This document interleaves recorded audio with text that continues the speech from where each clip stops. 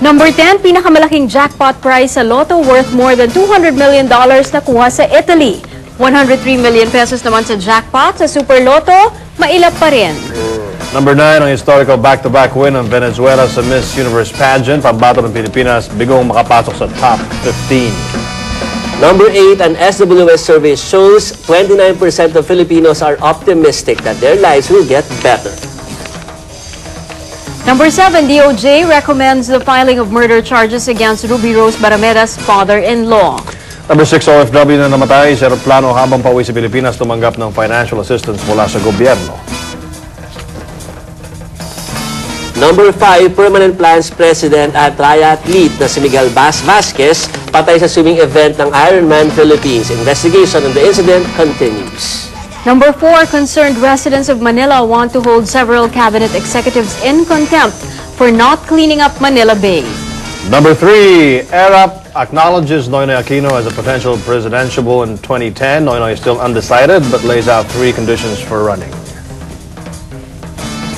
Number 2, indefinite suspension ng peace talks sa pagitan ng gobyerno at CPP-NDF. Temporary setback lamang daw, sabi ng palasyo. Hindi pa rin humuhupa ang inis ni Senador Miriam Santiago sa nag-aalam modelo daw ng mga cabinet members. Labag sa batas, masyadong magastos at maliraw ang timing ng mga patalastas nila. Ang suggestion niya, wag nang bigyan ng pondo ang mga ahensyang ito para sa advertising. She also asked the press secretary to order the pullout of the ads immediately. Paano ba naman daw sa hindi maiirita umabot sa higit 100 milyon ang ginasta para sa paggawa at pagpapalabas ng mga ito. Ito na ang mga birada ni Miriam sa story number 1 ni Royces Nagit Siba. Ito na, ito na, ito na, ito na.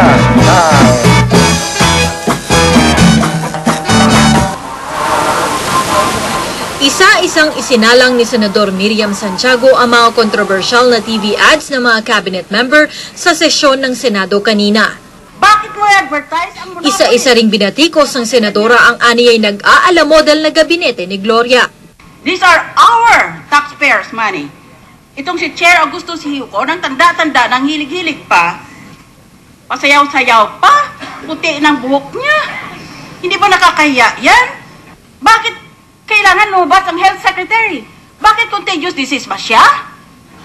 Sa datos ng COA, higit 100 million pesos na ang ad spending ng government officials nitong taon pa lang.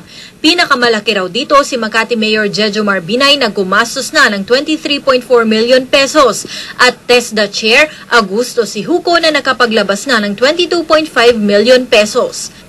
Giit ni Santiago, iligal ang mga infomercial at malinaw daw ang timing ng TV ads 1 taon bago ang eleksyon.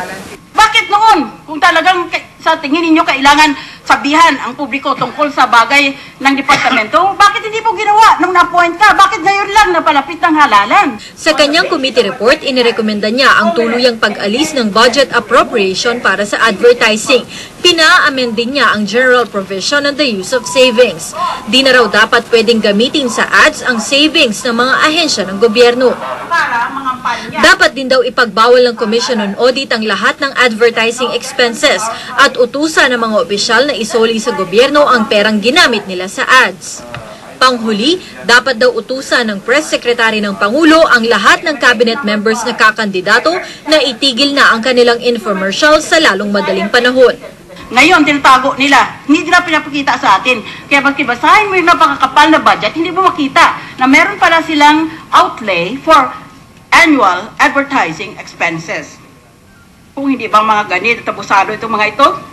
Padadalhan daw ni Santiago ng kopya ng kanyang report ang Ombudsman, COMELEC at Justice Department kasabay ng paghiling niya na simula ng criminal prosecution sa mga lalabag dito simula ngayong Oktubre. Royces Nagit Siba, The Evening News. Here's a dose of entertainment news before we call it a night. Sa ikalawang pagkakataon, pinasok na naman ng mga magnanakaw ang bahay ni Lindsay Lohan. Ito raw ang mga nakuha kay Lilo, a couple of watches and her small vault.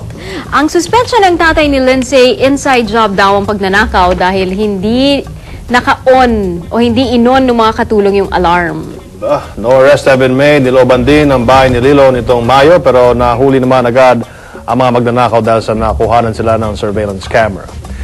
From Lindsay, let's go to Brad Pitt, number 1 sa weekend box office ang bagong pelikula ni Brad, ang Inglourious Basterds. Tumabo ito ng $65.1 million sa US at Canada. It's a story of revenge during World War II. Number 2 naman ang sci-fi thriller na District 9 na may $18.9 million.